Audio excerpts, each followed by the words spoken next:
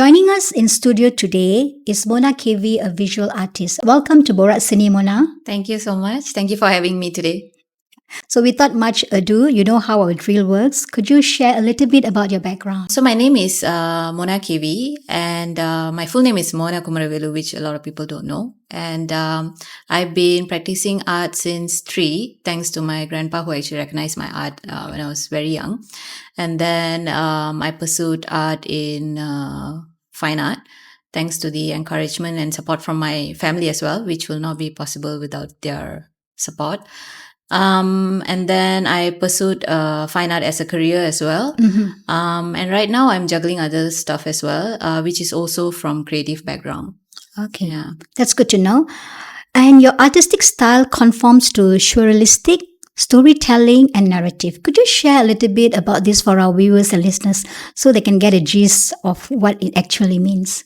Okay, so basically a lot of people ask me like, what's the theme behind your artwork? Like, how do you derive inspiration for your artworks? For me, personally, I wouldn't say like I have a particular source of inspiration. It's basically like, like the conversation I have, like even now when I'm speaking to you or when I'm observing certain things or even just like watching something or listening to music, anything can inspire me. So what I do is all this observation and all these ideas that I gather, I try to translate it onto canvas. Yeah. So for example, a friend may be sharing about something and then like it will spark something in me. Then I'll be like, oh, okay, maybe, I should paint about this. And that's what I mean by like narrative and storytelling. Yeah. And then how the viewers interpret the artwork, I leave it to them. Yeah. So it's open to interpretation. Yeah, okay. Yeah. Today we are discussing a very interesting topic. It's about artistic collaboration across border, whereby artists from different countries come together, combining their diverse cultural and creative perspective through through a shared vision, I would say. So, Mona, you have participated in a number of art exhibitions abroad. So, you are the right person for me to speak about this topic. So, my question to you is, how do you prepare yourself for cross-border artist collaboration? Okay. So I think the first important thing is to recognize that when you're exhibiting internationally, that the setting is going to be different, right? And also the group of people that you probably will be working with, they probably do not operate the same way how the local galleries are, right? So these are very important things that you need to prepare beforehand. And usually what I do is I do like a research.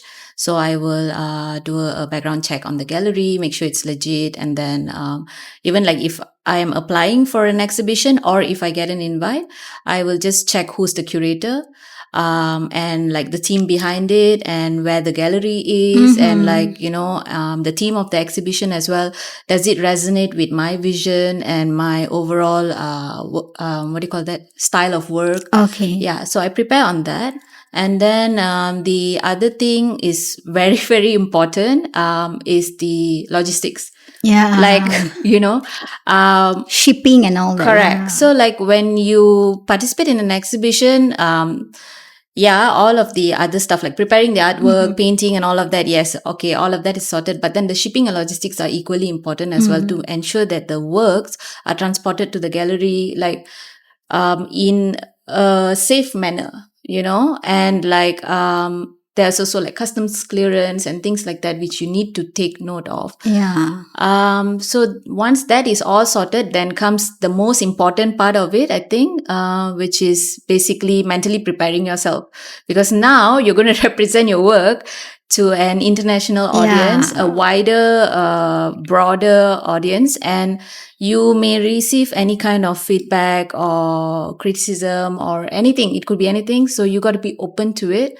And also, I think the other important thing is to just prepare yourself, as in like you're going to communicate with a lot of different people from different backgrounds.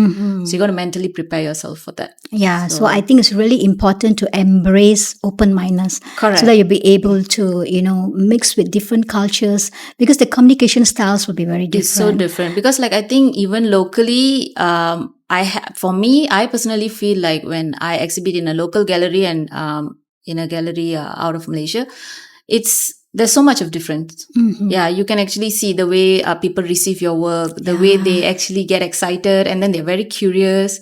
Yeah, so it's very different. Yeah, this is quite interesting. Yeah. So my next question to you: how do cross-border artistic, collaborations contribute to global art trends?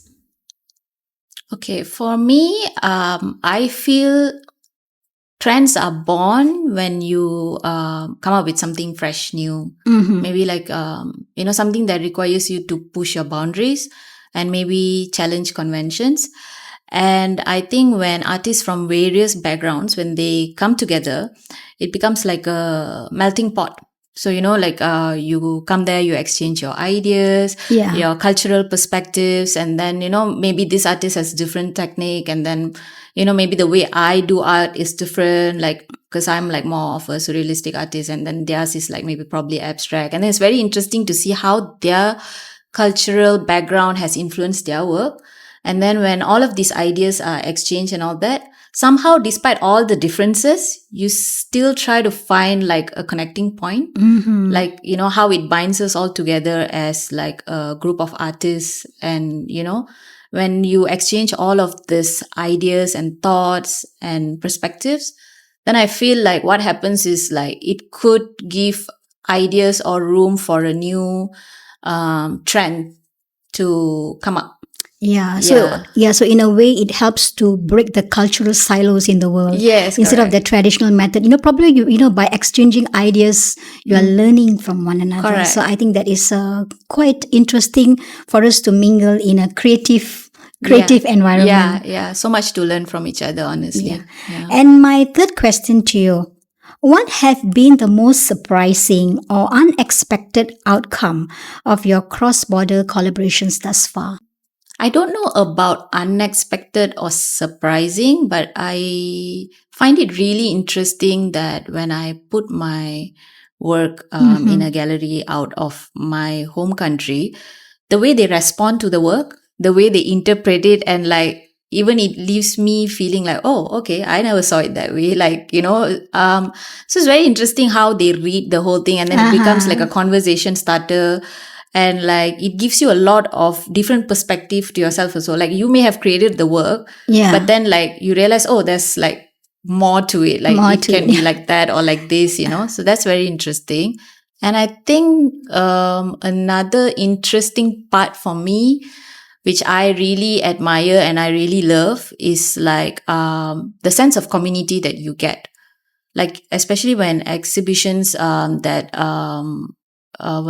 exhibits the artworks from various artists on an international level, and then they are all from different countries, right?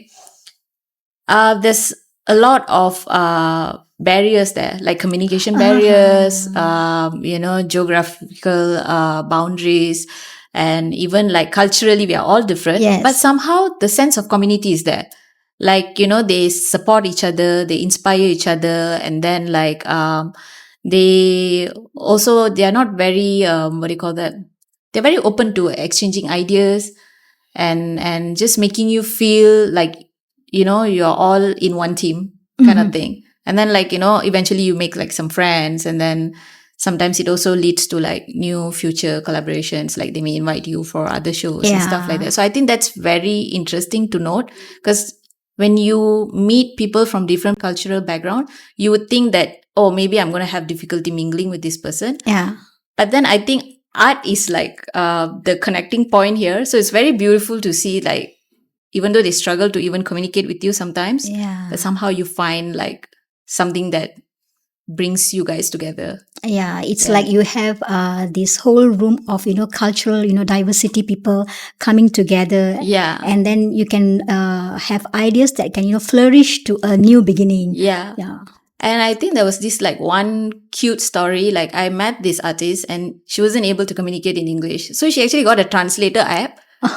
But we still communicated about the art. So it was like quite interesting. So, despite that barrier, you somehow still try to like support each other and just, share things. So that was like really cute and very nice of her actually. Yeah. So, Mona, we have come to the last question. My last question to you is, what advice do you have for young or emerging artists who are eager to participate internationally but may not have the resources or the network?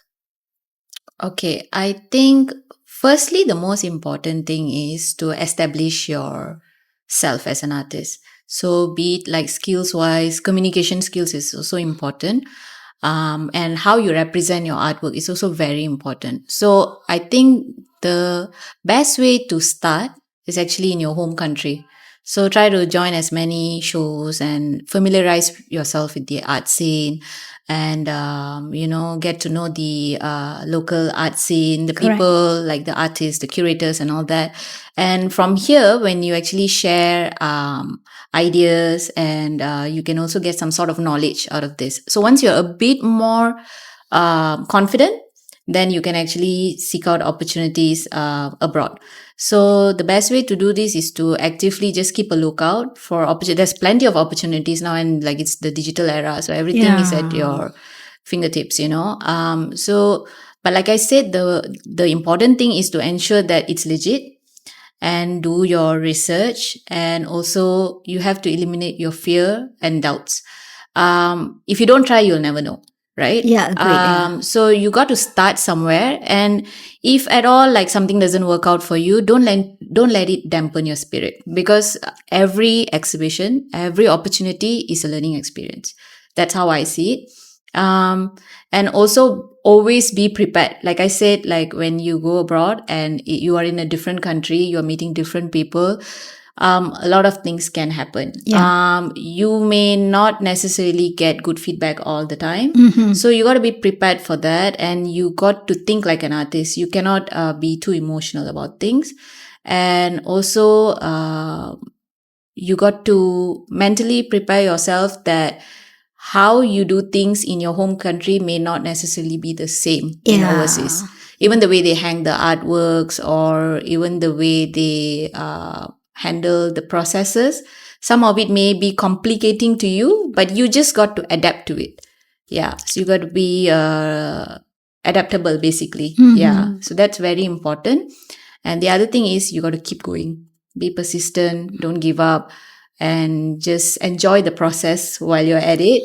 And just take everything as a learning experience. Learning curve. Yeah. Yeah. Okay. So, Mona, I would like to ask you, what is your most challenging experience as an artist that has taught you valuable lesson?